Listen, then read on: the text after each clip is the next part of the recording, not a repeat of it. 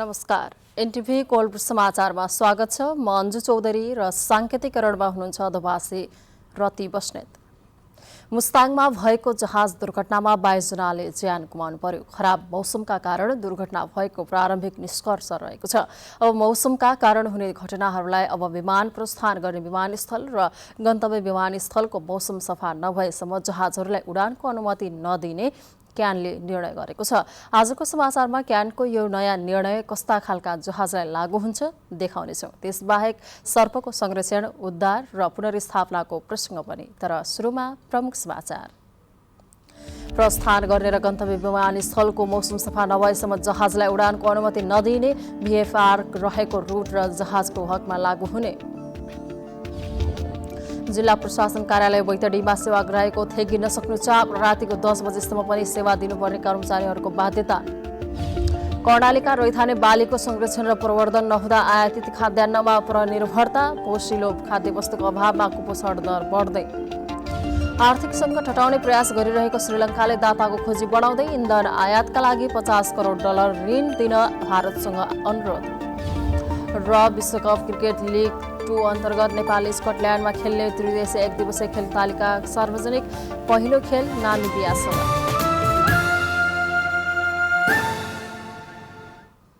समाचार अब विस्तारमा।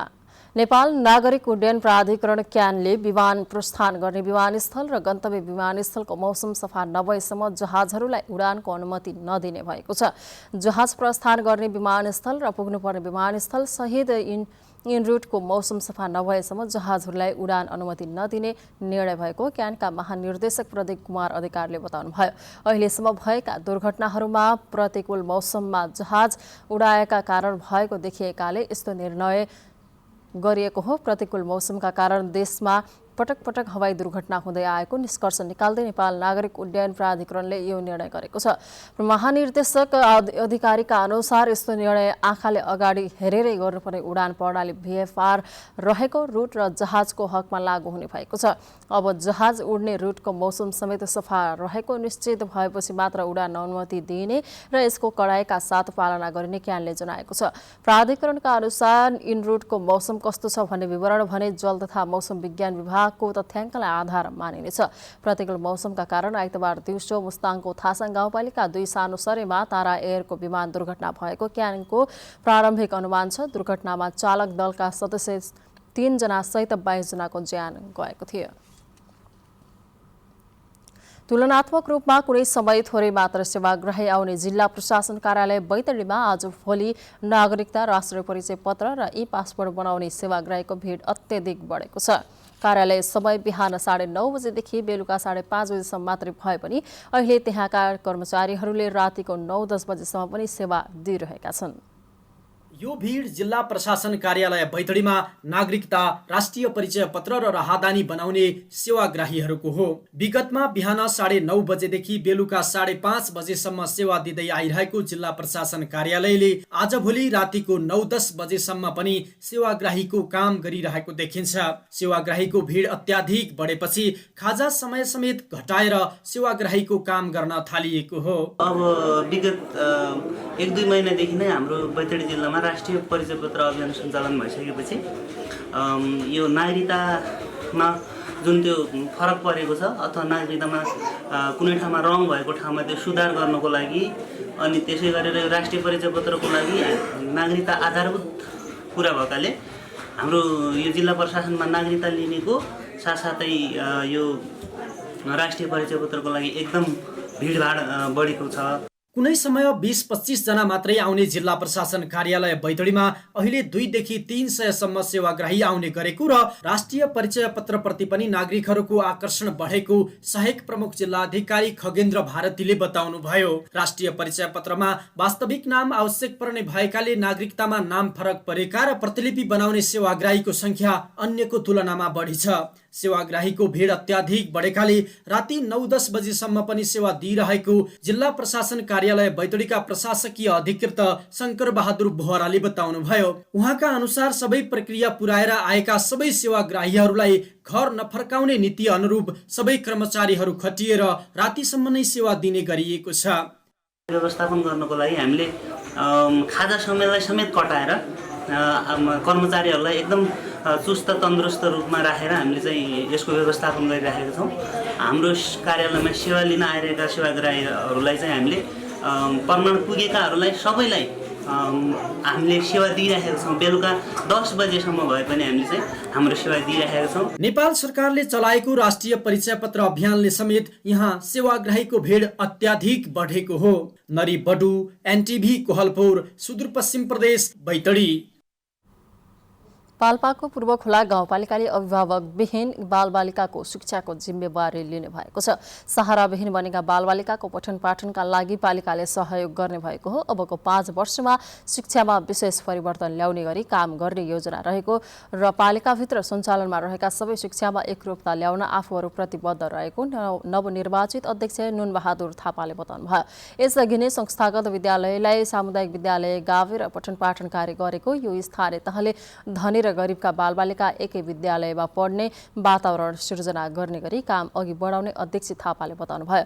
शैक्षिक क्षेत्रमा परिवर्तन ल्याउन विज्ञान र प्रविधिमा जोड, असल जनशक्ति उत्पादन जस्ता कार्यमा आफूहरू लागेको पनि अध्यक्ष थापाले बताउनुभयो। गुल्मी जिल्लामा प्राय ज्येष्ठ 3 गतेदेखि नयाँ शैक्षिक सत्रको पठन पाठन सुरु भएको छ। पठन पाठन सुरु भएको 2 साता बित्दा पनि सामुदायिक विद्यालयका विद्यार्थीहरूले पाठ्यपुस्तक पाउन सकेका छैनन्, जसले गर्दा विद्यार्थीलाई अध्ययन गर्न समस्या भएको छ। गुल्मी जिल्लाको तङमासमा रहेको महेन्द्र नमुना माध्यमिक विद्यालयका कक्षा 9 मा अध्ययनरत छात्र कल्याण मरासिनीले पढाइ सुरु भए पनि किताब नपाउँदा समस्या भएको बताउनुहुन्छ। पाठ्य पुस्तक ल्याउने विषयमा राज्यले विशेष ख्याल गर्नुपर्ने उहाँको भनाइ छ। किताबहरू अभाइलेबल नहुँदाखेरि हाम्रो अध्ययन रोकिएको छ। राज्यले यसप्रति चासो पनि दिएको छैन। यसप्रति चासो दिन राज्यलाई निकै जरुरी छ। सदरमुकाममै पढ्ने विद्यार्थीले त पाठ्य पुस्तक कतिपयले अहिलेसम्म पाएका छैनन् भने दुर्गमका विद्यार्थीले पाउने अवस्था छैन। शैक्षिक सत्र सुरु भए पनि विद्यार्थीले पाठ्य पुस्तक पाउन नसक्नु दुःखद भएको महेन्द्र नमुना माध्यमिक विद्यालयका प्रधानाध्यापक कृष्ण प्रसाद परासिनीले बताउनुभयो। विद्यार्थीहरूलाई समयमा पाठ्य पुस्तक प्राप्त नहुँदाखेरि पठन पाठनमा केही कठिनाइ भएको छ। शिक्षा विकास तथा समन्वय इकाइ प्रमुख लोकनाथ मरासिनीले अहिलेसम्म जिल्लामा आधा भन्दा पनि कम विद्यार्थीले मात्रै पाठ्य पुस्तक पाएको बताउनुभयो। यो शैक्षिक सत्रबाट विद्यालयमा कक्षा 4, 7 र 9 मा नयाँ पाठ्य पुस्तक लागू भएकाले पनि ढिलो छपाई भएको मरासिनीले बताउनुभयो। तर विद्यार्थीले समयमै पुस्तक नपाउँदा विद्यार्थीलाई बढी नै समस्या भएको उहाँको भनाइ छ। अत्यन्तै न्यून 50 को संख्यामा मात्रै आयो। अब त्यो 50 को संख्याको किताब अब कुन चाहिँ विद्यालयलाई दिने, कुन विद्यालयलाई नदिने, उहाँहरूलाई पनि बडो समस्या भएको र यो नयाँ पुस्तकहरू अत्यन्तै न्यून छ। ठ्याक्कै पर्सेन्टकै हिसाबले भन्दा पनि न्यून छ भनेर भन्नु। करिब 2 वर्ष कोरोना महामारीका कारण पठन पाठनमा समस्या भएको र अहिले पाठ्य पुस्तक नहुँदा समस्या परेको विद्यार्थीका अभिभावकको गुनासो रहेको छ। गुल्मी जिल्लामा सामुदायिक विद्यालय 557 र संस्थागत 54 गरी 611 विद्यालय छन्। संस्थागत विद्यालयमा पाठ्य पुस्तक पाए पनि सामुदायिक विद्यालयले भने पाउन सकेका छैनन्। अनिल खत्री, नेपाल टेलिभिजन, लुम्बिनी प्रदेश, गुल्मी। विद्यालय तहका कक्षा 4 देखि कक्षा 10 सम्मको पुस्तक छपाई एवं वितरणको जिम्मा पाएको जनक शिक्षा सामग्री केन्द्र लिमिटेडले सबै पुस्तक समयमै छपाई तथा वितरण गर्न नसक्दा देशभर किताब अभाव भएको छ। यस वर्षको शैक्षिक सत्र सुरु भएको 3 हप्ता बित्ने लाग्दा पनि विद्यार्थीहरूले हातमा पुस्तक पुग्न सकेको छैन। जनक शिक्षाले अझै 33 लाख थान पुस्तक छाप्ने बाँकी रहेको छ। चालु शैक्षिक सत्रका लागि आवश्यक 1 करोड 98 लाख थान पुस्तक छाप्नु पर्नेमा अहिलेसम्म 1 करोड 65 लाख थान मात्रै पुस्तक छापिएको केन्द्रका प्रबन्ध निर्देशक अनिल कुमार झाले जानकारी दिनुभयो। सरकारले कक्षा 1 देखि 3 सम्मको पाठ्य पुस्तक छाप्ने जिम्मा निजी क्षेत्रलाई दिएपछि जनक शिक्षाले कक्षा 4 देखि 10 सम्मको पाठ्य पुस्तक छाप्दै आएको छ। विगतमा पनि केन्द्रले समयमै पुस्तक छाप्न नसकेको भन्दै केही वर्ष अघि नै सरकारले निजी क्षेत्रलाई पुस्तक छपाईको जिम्मा दिएको थियो।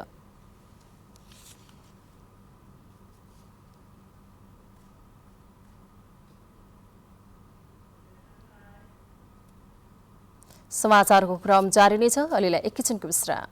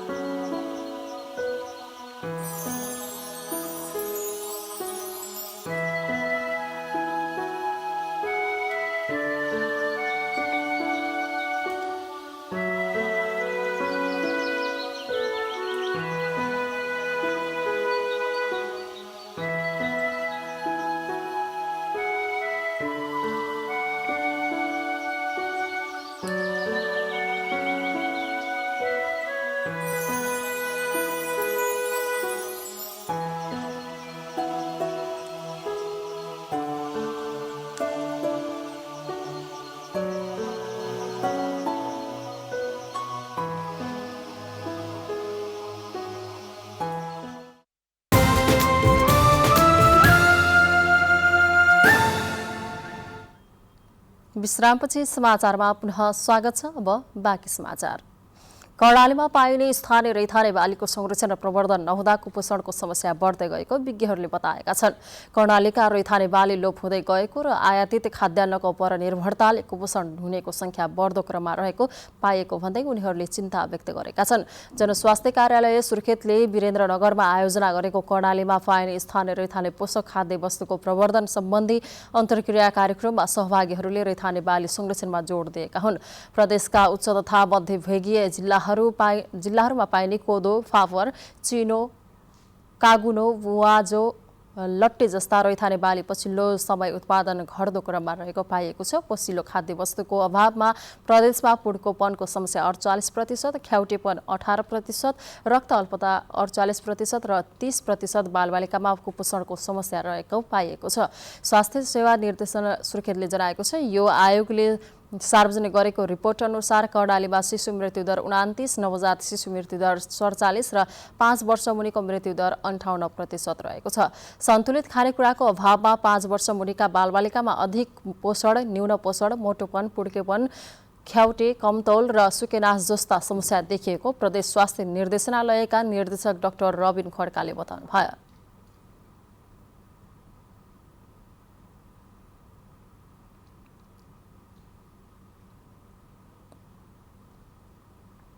प्रतिनिधि सभाको आजको बैठकमा आर्थिक वर्ष 2079-80 को बजेटमाथि सैद्धान्तिक छलफल सुरु भएको छ। प्रतिनिधि सभाको आजको बैठकमा अर्थमन्त्री जनार्दन शर्माले उक्त वार्षिक अनुमानमाथि सामान्य छलफल गरियोस् भन्ने प्रस्ताव प्रस्तुत गर्नुभएको थियो। आजको छलफलमा सांसदहरू आफ्नो धारणा राख्नु भएको छ। छलफल र त्यसमा उठेका प्रश्नमा अर्थमन्त्रीको जवाफका लागि सभामुख अग्निप्रसाद सापकोटाले विभिन्न मिति तोक्नु भएको छ। प्रतिनिधि सभाको अर्को बैठक भोलि बिहान 11 बजे बस्नेछ। छलफलका क्रममा उठेका प्रश्नको उत्तर अर्थमन्त्रीले 19 गते बस्ने बैठकमा दिनुहुने बताइएको छ। सरकारले प्रस्तुत गरेको आगामी आर्थिक वर्षको बजेटका सम्बन्धमा संसदमा छलफल सुरु भएको छ। नागरिकहरूको तहमा बजेटले कस्तो उत्साह ल्याएको छ त हेरौँ। पाल्पाका केही नागरिकको धारणा आजको आवाजमा।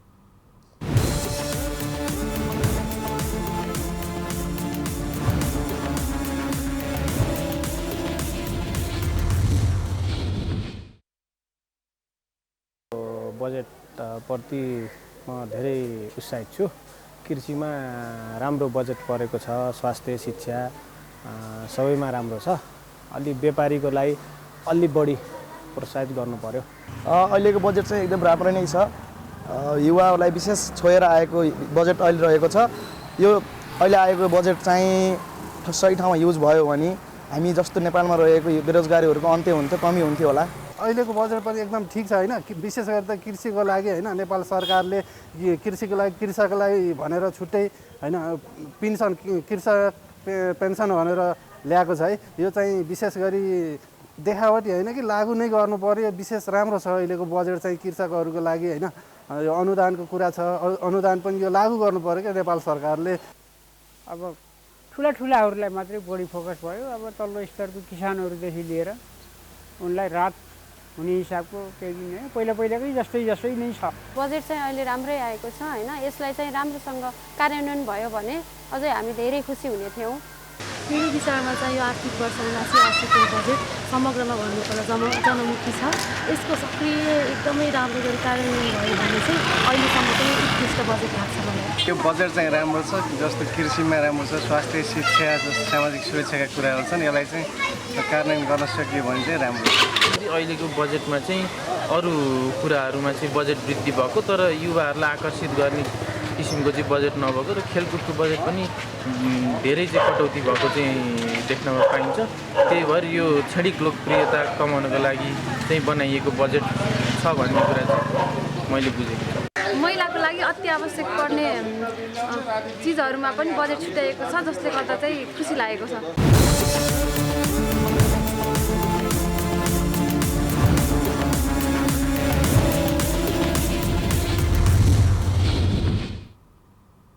सर्पको पहिचान उद्धार र व्यवस्थापनको लागि दाङ जिल्लामा स्वयंसेवक उत्पादन गर्न अभियान थालिएको छ।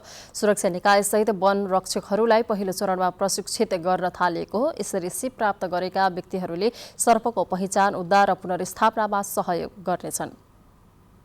दाङ जिल्लामा सीमित केही युवाले सर्पको उद्धारमा स्वयंसेवा गरिरहेका छन्, तर यो संख्या ज्यादै न्यून छ। बजार तथा गाउँ क्षेत्रमा सर्प देखियो भने प्रहरी, वन कार्यालयका कर्मचारी लगायत उद्धारकर्ताको खोजी हुन्छ। उद्धार गर्ने सिप, औजार र जनशक्तिको अभाव रहेको छ।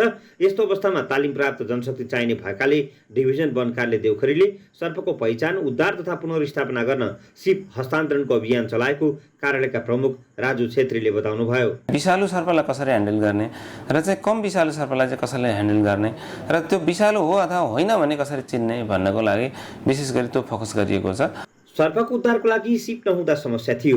कुन विषालु हो कुन होइन भनेर पहिचान गर्न समेत असजिलो थियो। सर्पको पहिचान, उद्धार र पुनर्स्थापनाको बारे सिप हासिल गरेपछि सजिलो भएको वन रक्षक नवीन पुनले बताउनुभयो। नडराइकन होइन, मजाले चाहिँ हामीलाई सम्पर्क गरिकन हामीलाई सम्पर्क गर्नुभयो भने हामीले चाहिँ त्यसरी चाहिँ उद्धारमा चाहिँ सहयोग गर्नेछौँ। नेपालमा 91 प्रजातिका सर्प रहेको तथ्याङ्कमा उल्लेख छ। सर्पलाई मार्ने अथवा हटाउने कार्यले जैविक विविधतामा असर पर्ने विभिन्न अध्ययनले देखाएको छ। सर्पलाई चिन्ने, सर्पको महत्त्व र सावधानीको बारेमा जानकारी दिन जनचेतना अभियान चलाउनु पर्ने सर्प उद्धारकर्ता सुनिल सापकोटाले बताउनुभयो। सर्प चिन्ने, सर्पको महत्त्वहरू थाहा पाउने कार्यक्रमहरूलाई अझै प्रोत्साहन गरेर लान सकियो भने सर्प पनि बाँच्ने र मानिस पनि बच्ने अवस्था सिर्जना हुन्छ। सर्प मानिसका लागि डर र भर दुवै भएकाले यसका राम्रा र सावधानी अपनाउनु पर्ने पक्षका बारेमा समुदाय स्तरमा जनचेतनामूलक अभियान चलाउनु पर्ने देखिन्छ। दशरथ घिमिरे, नेपाल टेलिभिजन, लुम्बिनी प्रदेश, दाङ। समाचारको क्रम जारी नै छ, एकैछिनको विश्राम।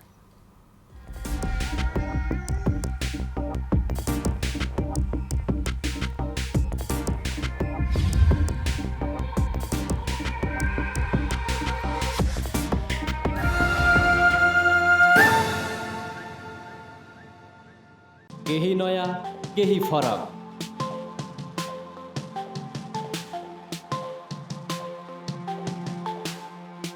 राष्ट्रिय सञ्चारको मेरुदण्ड नेपाल टेलिभिजनको प्रादेशिक च्यानल एनटिभी कोहलपुर। पश्चिम नेपालको लुम्बिनी, कर्णाली र सुदूर पश्चिमको एकमुष्ट आवाज। सत्य समाचार, तटस्थ विचार। कार्यक्रममा मौलिकता, समावेशिता र विकासमा विस्तार। डिजिटल दुनियाँमा तपाईको विचार र भावनालाई संसारसँग जोड्दै एनटिभी कोहलपुर। सूचना, शिक्षा र मनोरञ्जनको यो यात्रा हो समृद्धिको।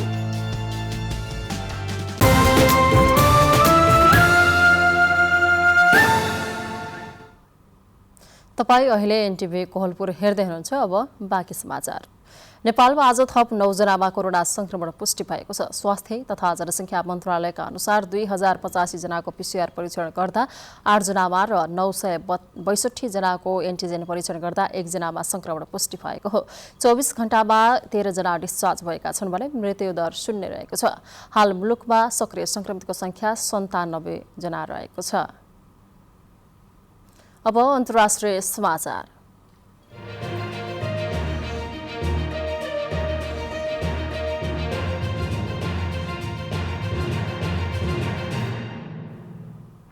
देशमा जारी आर्थिक सङ्कटबाट पार पाउने प्रयास स्वरूप श्रीलङ्काले इन्धन आयातका लागि 50 करोड अमेरिकी डलर ऋण उपलब्ध गराउन भारतसँग आग्रह गरेको छ। उक्त रकम प्राप्तिका लागि श्रीलङ्का सरकारले भारतसँग वार्ता गरिरहेको छ। भारतका लागि श्रीलङ्काका उच्चायुक्त मिलिन्दा मोरागोडाले भारतका अर्थमन्त्री निर्मला सीतारमणसँगको भेटवार्तामा यसअघि नै थप ऋण सहयोगबारे अनुरोध गर्नुभएको थियो। यसअघि पनि भारतले प्रदान गरेको 50 करोड अमेरिकी डलर को यो अतिरिक्त रकम हो। अतिरिक्त ऋणका लागि श्रीलङ्काले उच्चायुक्तले वार्ता गर्नुभएको हो। श्रीलङ्काले सन् 1948 मा स्वतन्त्रता प्राप्त गरेपछिको सबैभन्दा खराब आर्थिक सङ्कटको सामना गरिरहेको छ। अब आर्थिक समाचार।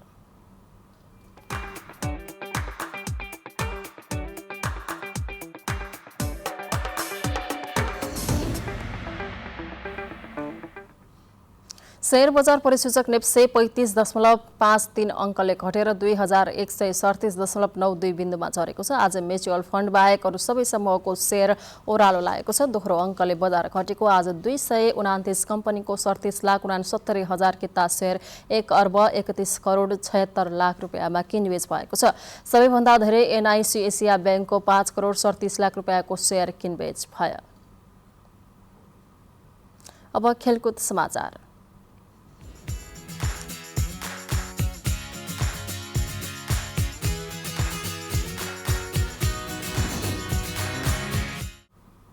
विश्वकप क्रिकेट लिग 2 अन्तर्गत नेपालले स्कटल्यान्डमा खेल्ने त्रिदेशीय एकदिवसीय श्रृङ्खलाको खेल तालिका सार्वजनिक भएको छ।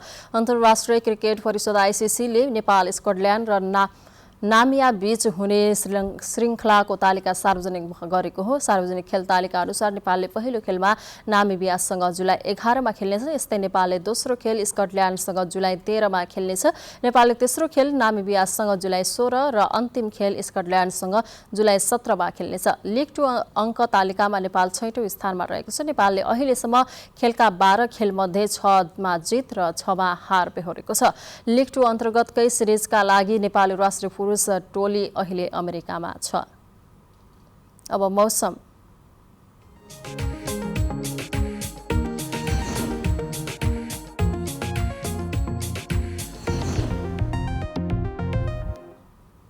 आज पूर्वी क्षेत्रका प्रदेशमा आंशिक बदली रहे, बाँकी भूभागमा आंशिक बदलीदेखि मौसम सामान्यतया सफा रह्यो। आज राति पनि प्रदेश 1, मध्य प्रदेश लगायत देशको पहाडी भूभागमा आंशिक बदली रही, बाँकी भूभागमा आंशिक बदलीदेखि मौसम सामान्यतया सफा रहनेछ। अब मौसम सम्बन्धी थप विवरण।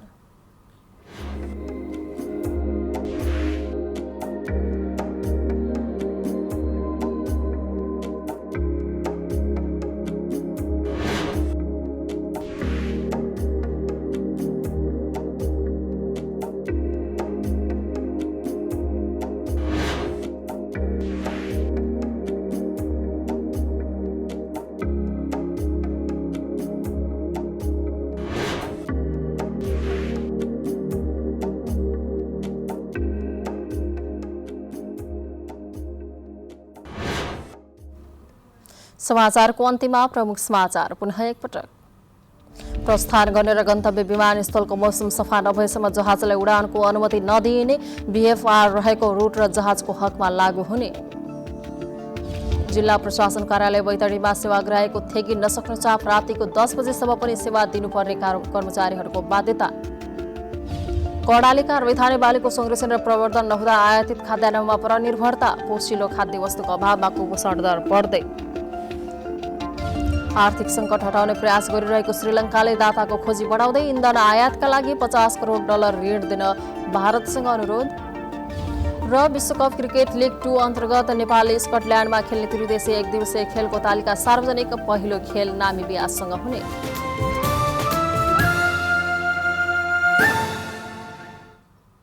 हवस् त अहिलेलाई समाचारको सिलसिला यति नै। बिदा दिनुहोस्। नमस्कार।